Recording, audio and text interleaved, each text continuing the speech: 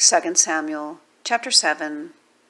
And it came to pass, when the king sat in his house, and the Lord had given him rest round about from all his enemies, that the king said unto Nathan the prophet, See now, I dwell in an house of cedar, but the ark of God dwelleth within curtains. And Nathan said to the king, Go, do all that is in thine heart, for the Lord is with thee. And it came to pass that night that the word of the Lord came unto Nathan, saying, Go and tell my servant David, Thus saith the Lord, Shalt thou build me an house for me to dwell in? Whereas I have not dwelt in any house since the time that I brought up the children of Israel out of Egypt, even to this day, but have walked in a tent and in a tabernacle. In all the places wherein I have walked with all the children of Israel, spake I a word with any of the tribes of Israel, whom I commanded to feed my people Israel, saying, Why build ye not me an house of cedar? Now therefore, so shalt thou say unto my servant David, Thus saith the Lord of hosts, I took thee from the sheepcote, from following the sheep, to be ruler over my people, over Israel. And I was with thee whithersoever thou wentest, and have cut off all thine enemies out of thy sight, and have made thee a great name, like unto the name of the great men that are in the earth. Moreover, I will appoint a place for my people Israel, and will plant them, that they may dwell in a place of their own, and move no more.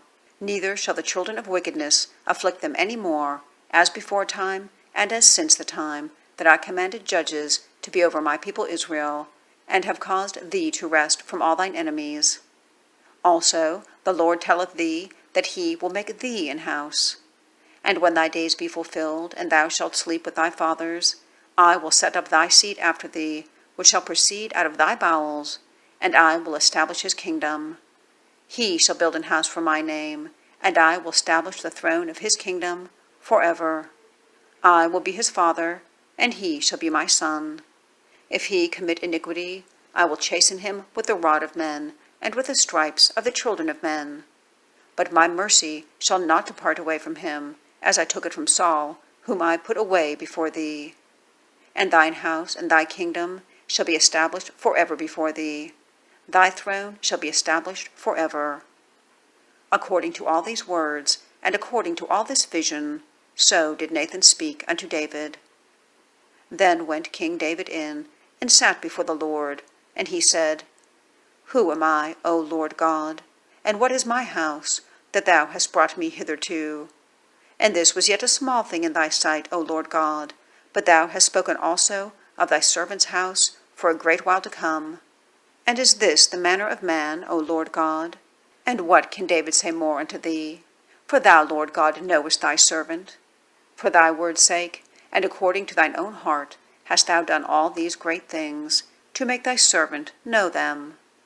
Wherefore thou art great, O Lord God, for there is none like thee, neither is there any God beside thee, according to all that we have heard with our ears.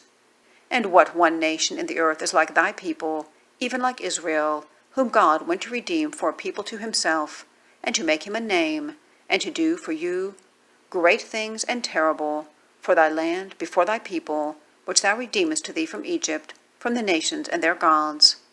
For thou hast confirmed to thyself thy people Israel, to be a people unto thee forever. And thou, Lord, art become their God. And now, O Lord God, the word that thou hast spoken concerning thy servant and concerning his house, establish it forever, and do as thou hast said. And let thy name be magnified forever, saying, The Lord of hosts is the God over Israel. And let the house of thy servant David be established before thee. For thou, O Lord of hosts, God of Israel, hast revealed to thy servant, saying, I will build thee an house. Therefore hath thy servant found in his heart to pray this prayer unto thee. And now, O Lord God, thou art that God, and thy words be true, and thou hast promised this goodness unto thy servant. Therefore now let it please thee to bless the house of thy servant, that it may continue forever before thee. For thou, O Lord God, hast spoken it, and with thy blessing let the house of thy servant be blessed forever.